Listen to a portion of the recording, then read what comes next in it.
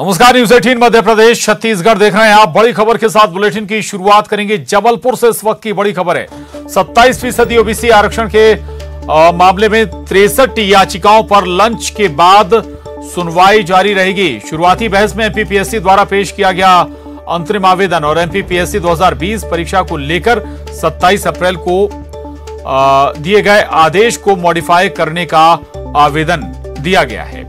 लंबे समय से चयन प्रक्रिया रुकी हुई है। मामले में हाईकोर्ट की डिवीजन बेंच ने एमपीपीएससी को फटकार भी लगाई है और कहा कि हमने कभी भी चयन प्रक्रिया पर रोक लगाने के आदेश नहीं दिए हैं। ये हाईकोर्ट का और कहा है कि हाईकोर्ट ने आप 14% आरक्षण के साथ आगे बढ़े, हमारे कंधे पर बंदूक रखकर ना चलाए एमपीपीएससी। तो साफ निर्देशित किया है हाईकोर्ट ने कि 14% आरक्षण के साथ चयन प्रक्रिया में आगे बढ़े पीएससी।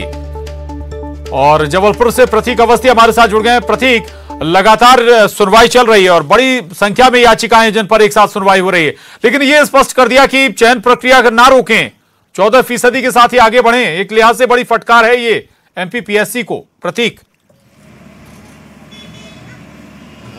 देखिए, बिल्कुल आपको बता दूं कि यहाँ पर आज जो 63 याचिका सुनवाई की लगी हुई थी, इनमें सबसे पहले एमपीपीएससी की ओर से एक आईए पेश किया गया यानी अंतरिम आवेदन, और ये कहा गया कि आपने जो 27 अप्रैल 2022 का ऑर्डर दिया है उसे मॉडिफाई कर दिया जाए। अब 27 अप्रैल को सरकार हाईकोर्ट की डिवीजन बेंच ने कहा था कि एमपीपीएससी 2020 की प्री और मेंस दोनों ही जो प्रक्रिया है वो 14% के लिहाज से आगे कर सकता है, लेकिन इस बीच एमपीपीएससी ने पूरी प्रक्रिया को रोक कर रखा हुआ है। जो दलील दी गई एमपीपीएससी के द्वारा वो ये दी गई कि सर, अगर हम 14% के लिहाज से आगे बढ़ते हैं और बाद में अगर हाईकोर्ट 27% ओबीसी रिजर्वेशन को मान्य करता है तो 13% कैंडिडेट हम कहां से लाएंगे, इसलिए 113% कैंडिडेट्स का सिलेक्शन हो, इसके लिए मॉडिफिकेशन का ऑर्डर जो है वो आप जारी करें। इस बीच तमाम तर्क वितर्क का दौर चला। हाईकोर्ट ने यह तक कह दिया कि हमने कभी भी प्रक्रिया पर रोक नहीं लगाई है, आप हमारे कंधे पर बंदूक रखकर ना चलाएं। उसके बाद एमपीपीएससी की जो वकील थे उन्होंने कहा कि सर, ऐसा कुछ भी नहीं है, लेकिन हम एक मॉडिफिकेशन चाह रहे हैं। लंबी जो बहस है वो जारी रही, लेकिन इसके बाद हाईकोर्ट ने कहा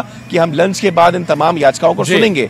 बेशक आज भी सॉलिसिटर जनरल ऑफ इंडिया नहीं आ पाए। शुरुआती सुनवाई में तो मामला आगे बढ़ते दिख रहा था। इस बीच एमपीपीएससी की ओर से अंतरिम आवेदन पेश कर दिया गया, जिस पर बहस जारी रहेगी और जस्टिस शील नागो की डिवीजन बेंच ने लंच के बाद सभी याचिकाओं पर सुनवाई जारी रखने की बात कही है। 2:30 बजे के बाद फिर से जो सुनवाई है वो जारी रहेगी। एमपीपीएससी के आवेदन पर हाईकोर्ट क्या रुख अख्तियार करता है देखना बेहद दिलचस्प होगा, क्योंकि शुरुआती बहस में कहीं ना कहीं फटकार भरा लहजा हाईकोर्ट का दिखा है, लेकिन दलील भी थी जो एमपीपीएससी चाह रहा था कि अगर 113% आप अलाउ करेंगे तो बाद में अगर मान्य होता है तो बेशक कोई दिक्कत नहीं होगी, और अगर मान्य नहीं होता है तो हम उन 13% कैंडिडेट्स को मूव ऑफ कर देंगे। यानी हाईकोर्ट के समक्ष जो है एमपीपीएससी अपनी दलीलों को पेश कर रहा था। बहरहाल इन दलीलों से कितना सेटिस्फाई होता है कोर्ट, ये लंच बाद देखने को मिलेगा।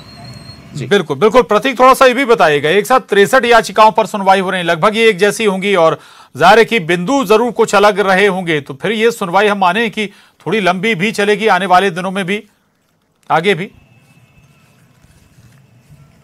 देखिए आशिता दुबे जो सबसे मूल याचिका करता है, जिनका मेडिकल एग्जामिनेशन जो प्रोसेस था उसको लेकर के मूल याचिका आई थी, तब कहीं ना कहीं जो चिकित्सकीय रूप से जो एडमिशन दाखिले हो रहे थे तब ये याचिका आई थी। उसके बाद एमपीपीएससी की याचिकाएं भी इसमें क्लब है, शिक्षक भर्ती जो है 29,000 वो भी क्लब है, तो कई याचिकाएं जो है इसमें क्लब है। लेकिन फिलहाल एमपीपीएससी के जो आवेदन है उस पर मूल रूप से जो सुनवाई है वो लंच बाद जारी रहेगी। बहुत सारी याचिकाओं को एक साथ क्लब किया गया इस मामले में और उन पर सुनवाई हो रही। शुक्रिया, नजर बना रखेगा प्रतीक, आगे भी अपडेट आपसे लेंगे इस पूरे मसले पर। आगे बढ़ेंगे और उज्जैन से बड़ी खबर है। महाकाल मंदिर में भक्तों का सैलाब उमड़ पड़ा, भीड़ ने बैरिकेड भी तोड़ दिया और 2 लोग जख्मी हुए हैं। अस्पताल में इन्हें भर्ती कराया गया है। तो ये बड़ी खबर है। सावन का दूसरा सोमवार है आज और भक्तों की भारी भीड़ उमड़ पड़ी महाकाल मंदिर में, जिसके बाद अफरा तफरी का माहौल भी यहां पर बन गया। भीड़ ने बैरिकेड भी तोड़ दिए, 2 लोग जख्मी भी हो गए हैं इस दौरान, इस भगदड़ में। अस्पताल में इन दोनों को भर्ती कराया गया है। तस्वीरें देख रहे हैं आप, महाकाल से तस्वीरें सामने आई हैं और हमारे साथ अरुण त्रिवेदी न्यूज 18 संवाददाता जुड़े हैं। अरुण, जाहिर है कि सावन सोमवार चल रहे, सावन का महीना चल रहा है, सावन सोमवार है, दूसरा सोमवार है आज, तो ऐसे में क्या पर्याप्त व्यवस्था नहीं की गई थी जिसके चलते ये हालात बने?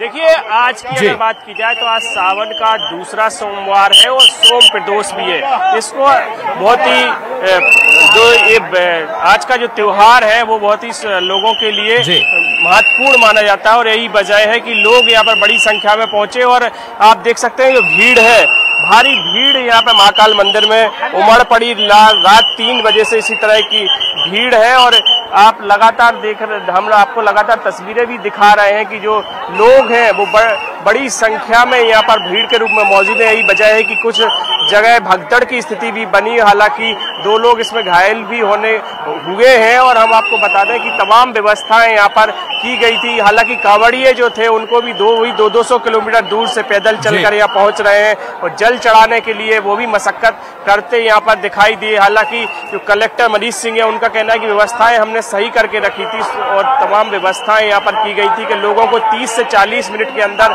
किसी भी व्यक्ति को दर्शन हो जाए। और कांवड़ियों ने जिन्होंने पहले से सूचना दी थी उनको भी दर्शन की अलग व्यवस्था की गई थी। लेकिन जो अचानक से लोग पहुंच रहे हैं, जो कांवड़िए पहुंच रहे हैं, उनको थोड़ी सी दिक्कत जरूर हुई। लेकिन हम पूरी व्यवस्थाएं यहाँ पर कर रहे हैं कि जिससे लोगों को तकलीफ नहीं हो। लेकिन देखिए, आप सैलाब देखिए भीड़ का, कितनी बड़ी संख्या में लोग यहाँ पहुंचे। अभी तक करीब 2 से 2.5 लाख लोग यहाँ पर दर्शन कर चुके हैं और अभी भी दर्शनों का सिलसिला लगातार जारी है। करीब 12 घंटे से इसी तरह की भीड़ इस महाकाल मंदिर में दिखाई दे रही है। क्योंकि सोमवार है, ये दूसरा सोमवार है। इससे पहले जो सोमवार था उसमें इतनी भीड़ नहीं थी, लेकिन आज जो भीड़ दिखाई दे रही है वो भीड़ का सैलाब यहाँ पर उमड़ पड़ा है। और पिछले सोमवार के मुकाबले कहीं ज्यादा भीड़ है और ऐसे में प्रशासन को अतिरिक्त व्यवस्था करनी भी चाहिए ताकि ऐसे हालात ना बने। हालांकि अच्छी बात है कि 2 लोग जख्मी हुए हैं। अमूमन भगदड़ में बड़ी गंभीर स्थितियां भी बनती हैं। शुक्रिया आपका इस पूरी जानकारी के लिए अरुण। आगे बढ़ेंगे और अब खबर महाराष्ट्र से। महाराष्ट्र के इंदापुर से ये बड़ी खबर है। विमान की इमरजेंसी लैंडिंग कराई गई है, खेत में इमरजेंसी लैंडिंग कराई गई है। महाराष्ट्र से खबर है, ट्रेनिंग के दौरान विमान की इमरजेंसी लैंडिंग कराई गई। महिला पायलट को इसमें चोट भी लगी है। बारामती से बताया जा रहा है कि इस विमान ने उड़ान भरी थी। तो ये बड़ी खबर है, तस्वीरें देख रहे हैं आप। ये ट्रेनी विमान नजर आ रहा है जिसकी इमरजेंसी लैंडिंग कराई गई है और खेत में ही महाराष्ट्र के इंदापुर में इस विमान की ट्रेनी विमान की इमरजेंसी लैंडिंग कराई गई है। ट्रेनिंग के दौरान ये इमरजेंसी लैंडिंग हुई है। महिला पायलट को इसमें कुछ चोटें भी आई हैं। बारामती से बताया जा रहा है कि इस ट्रेनी विमान ने उड़ान भरी थी।